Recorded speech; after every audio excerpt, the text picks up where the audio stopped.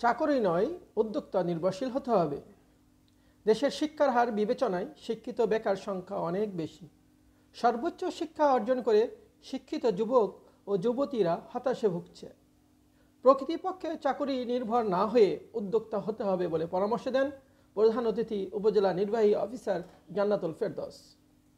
বুধবার সকালে রাজশাহীর চারঘাট উপজেলা প্রশাসন এবং প্রাণী সম্পদ এর আয়োজনে জাতীয় প্রাণী সম্পদ সপ্তাহ 2025 এর শুভ উদ্বোধন করেন ইউএনও। দিনের শুরুতে দেশীয় জাত আধুনিক প্রযুক্তি প্রাণী সম্পদে হবে উন্নতি, এই প্রতিপাদ্য স্লোগান নিয়ে একটি র্যালি উপজেলা ক্যাম্পাস পরিদর্শন করে। পরে উদ্যোক্তাদের বিভিন্ন স্টল পরিদর্শন করেন ইউএনও। অনুষ্ঠানে সভাপতিত্ব করেন প্রাণী সম্পদ কর্মকর্তা সরকার এনায়েত কবির।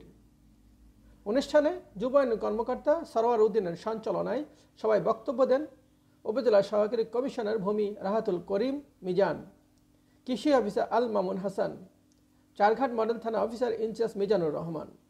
ওই সময় পরিবার পরিকল্পনা কর্মকর্তা ফয়সাল ফেরদৌস, পিআইও ফরাদ লতিফ সহ বিভিন্ন দপ্তরের কর্মকর্তাবৃন্দ উপস্থিত ছিলেন। পরিশেষে ইউএনও বলেন, আমাদের হচ্ছে যে আজকে যারা প্রদর্শনীতে আপনারা উপস্থিত ছিলেন, প্রদর্শনীতে দেখবেন অনেকেই অনেক ধরনের পশু পাখি নিয়ে এসেছে, তারাও হচ্ছে উদ্যোক্তা হচ্ছে। কিন্তু আমার একটা জায়গায় একটি প্রশ্ন আছে, সেটি হচ্ছে যে আমরা করছি একটা কাজ করলাম, কিন্তু সেই জায়গা থেকে ধরেন যদি আমি উৎপাদনের কথাই বলি, আমি উৎপাদন বৃদ্ধি করলাম, কিন্তু সেটা সঠিকভাবে বাজারজাত হচ্ছে কিনা, কিংবা আমার উদ্যোক্তা সঠিকভাবে সেই মূল্যটা পাচ্ছে কিনা, এই জায়গাটাতেও কিন্তু হচ্ছে অনেক বড় একটা প্রশ্ন আছে আমাদের।